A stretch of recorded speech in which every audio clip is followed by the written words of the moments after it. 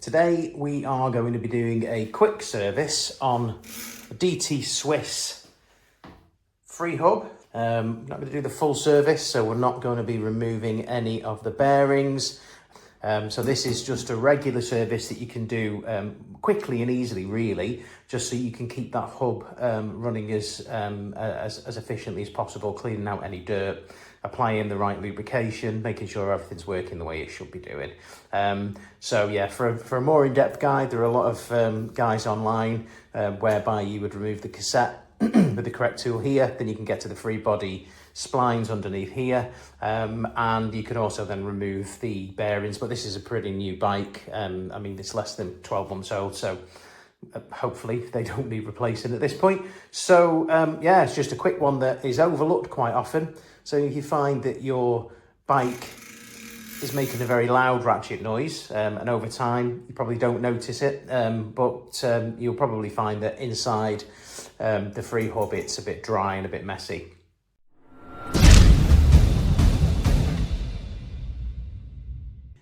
Tools we're going to be using today are isopropyl alcohol.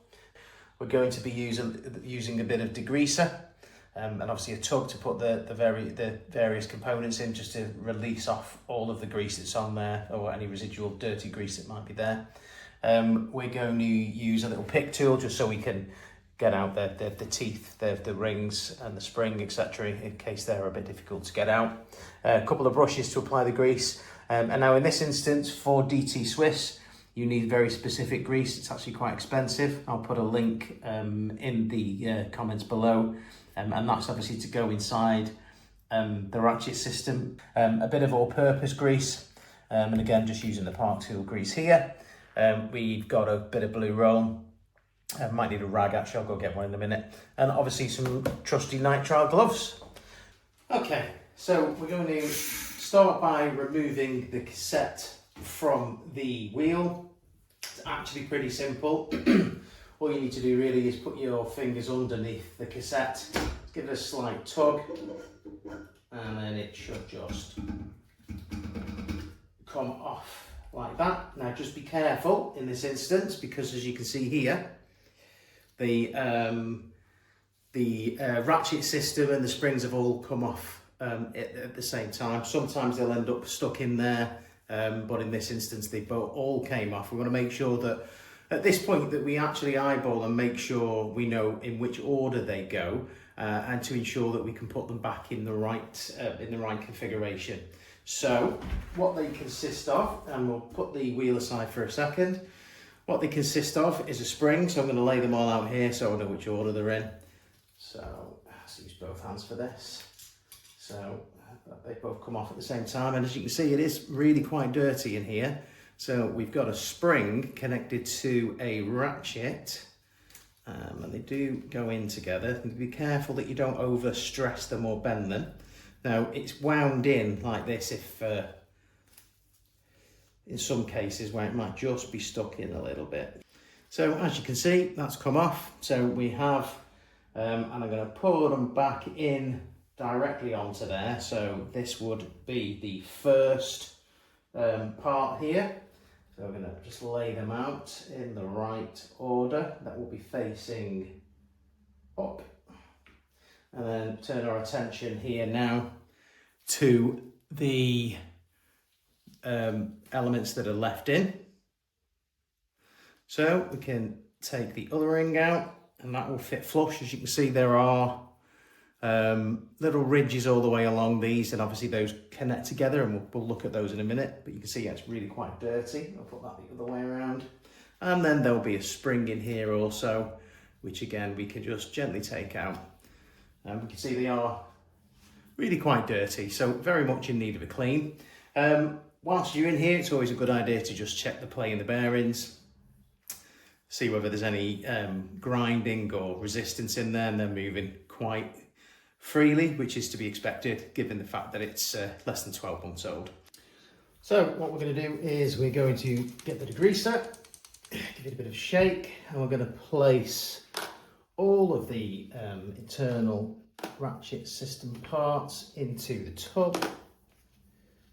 And Going to give it a good old spray. And make sure you're working in an area with ventilation. And we're going to leave them sitting in the tub for a while, just until they've soaked up all of the degreaser and it's worked its way into all of the grease and loosened everything. And then what we'll do is we'll give them a bit of a clean, give them a dry off, degrease them again. As you can see, it's already working. The oil in there is quite dirty. And then we'll give them another clean, finally, but in isopropyl alcohol, because what we don't want is we don't want to get any of the degreaser going near these bearings. And what we'll do is we will turn our attention to the internal sections of both the wheel and the outer free body hub. So what we're going to do is we're going to, as you can see, there's a lot of grime in there. So we're going to get a bit of isopropyl alcohol, give it a little spritz inside, and just try and work our way around. Take the excess out. And then I'm simply just going around with the cotton bud, just trying to clean out any of the old dirt and grease.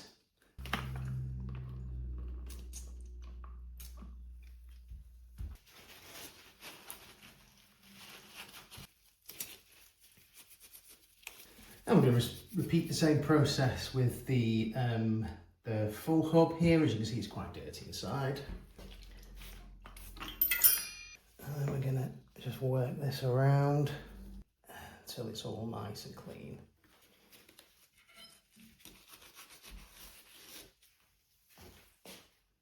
Now we've cleaned inside both of the hubs, we can turn our attention to the inner workings, just to clean off any excess. And what we're looking for is in here, what we want to do is we want to rub a bit of paper towel just in these recesses here, just to try and get any of the grime out. But first I'm just going to dry them all off a little and pay attention again to the springs, just to see if there's any corrosion, any wear. And again,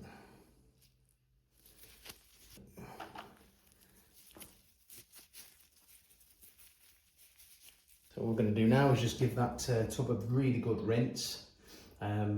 Repeat the process again if they are really dirty and full of grime. These actually are pretty good, so I don't need to do that. This time we're going to use isopropyl alcohol. We'll give them a really good rinse. Give them a bit of a shake around. And let them sit in that for a little bit, and again that'll remove all of the degreaser. Again, we don't want any degreaser getting on or into the system because it's going to potentially do some damage. So now we've thoroughly cleaned the component parts, and what we're going to do is we're going to apply a little bit of grease to the internal mechanism.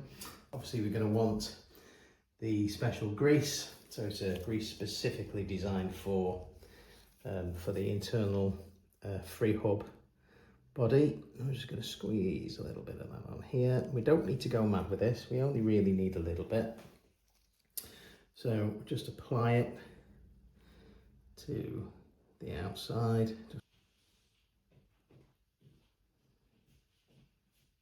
Okay. And then we're going to get the opposite side. And we're just going to sandwich them together. Nice and tight. Give them a squeeze and you'll see that bits come out. So we can use that just to spread across all the splines.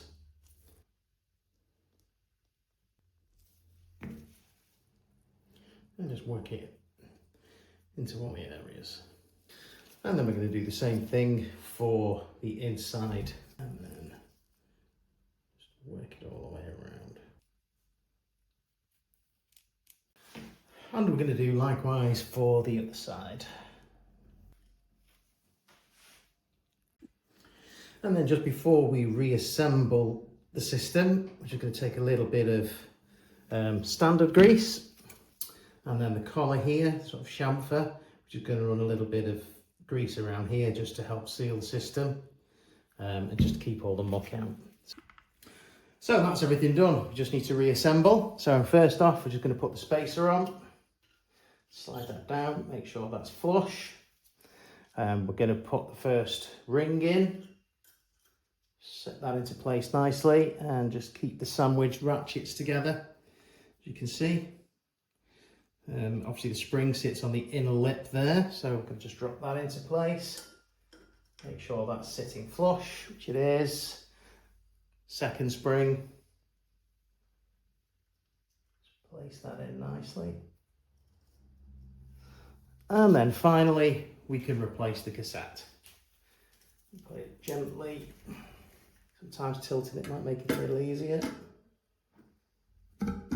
Work it down. Wriggle, it should just click into place. And as you can hear, much quieter. We're going to run a couple of times just to make sure the oil is distributed, the grease is distributed. And that's the job done.